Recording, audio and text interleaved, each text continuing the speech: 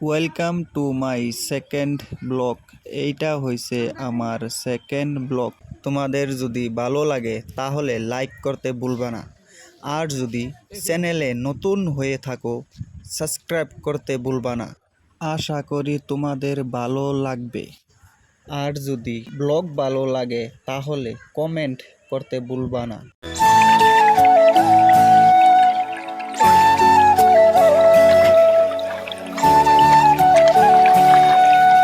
So hey guys, welcome to my second blog.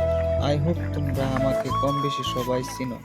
বহুত লোকে ভাবে এই ছেলেটা কে, তো আজকে আরেকবার আমি তোমাদেরকে ক্লিয়ার করতে চাই। আমি বেশিরভাগ থাকি ডিব্রুগড়, আমার বাড়ি হয়েছে নগাঁও জুরিয়া। এখন আমি ডিব্রুগড়তে নগাঁও যাইতাছি। এটা হয়েছে ডিব্রুগড় রেল স্টেশন।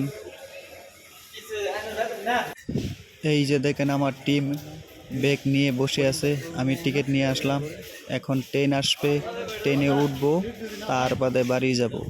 দোয়া করবেন বেশি বেশি, যাতে ট্রেনে কোনো অসুবিধা না হয়।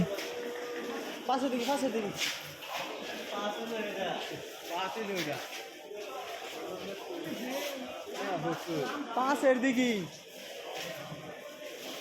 এই পাশে যান।